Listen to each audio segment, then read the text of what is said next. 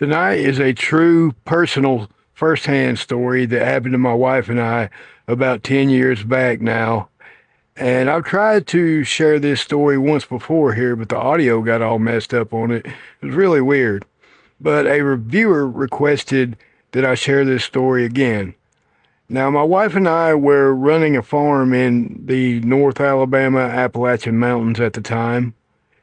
And one particular night, I was awakened from a sound sleep. I was dead asleep, and I was awakened to my wife's fingernails dug into my forearm so hard that they left a deep scratch, like a deep scratch, okay?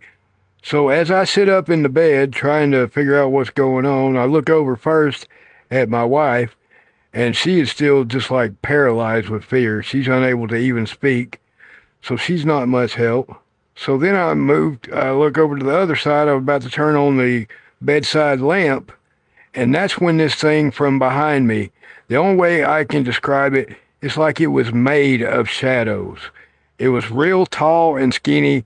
It had to be 6.5, 7 foot tall, but real tall and thin. It was this black hooded cloak, and it like glided across the floor from behind me until it was right at the bedside, like maybe 3 feet from me. So I got a real good look at it, let's just say that. And it had a ghastly pale white face, like very pale white, and there were just two large black voids where the eyes should have been. And there were lines like ridges where a nose and mouth would have been, but they were pretty featureless. It was almost like a hockey mask, is the best way I could describe it. Now, this thing was so black that it was offset against the already pitch black room, if that makes any sense. It's like this thing was made out of a black hole or something. Now, of course, I'm totally surprised, and I'm taken aback there for a minute, and I eventually start reciting a prayer out loud. That's the only thing I knew to do. And fortunately, after about the third rendition of this prayer out loud, this thing makes this real shrill, high-pitched shriek, and it bolts into the shadows of the adjacent room, the adjoining room.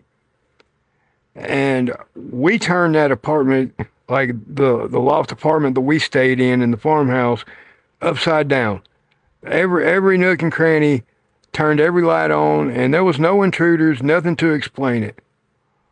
Well, of course, after the fact, I got to talk to my wife, and what had happened is she thought it was sleep paralysis at first. There was something leaning over her and shouting unintelligibly into her ear. Like it was shouting something very loud, but it was incoherent, just babble. So she wakes up and looks over, and she sees the thing, and she saw exactly the same thing I saw. But it bolted when it realized that she had woke up, it bolted into the shadows on her side of the room.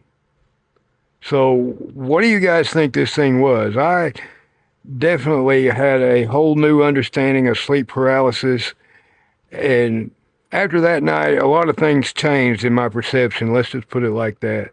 So what do you guys think it was, first of all? And second of all, have any of you experienced anything like this? And keep sending me your stories and suggestions, guys. That has been Jay's Haunted Appalachia for tonight. Hope you guys enjoyed my true story. And keep Appalachia haunted, y'all.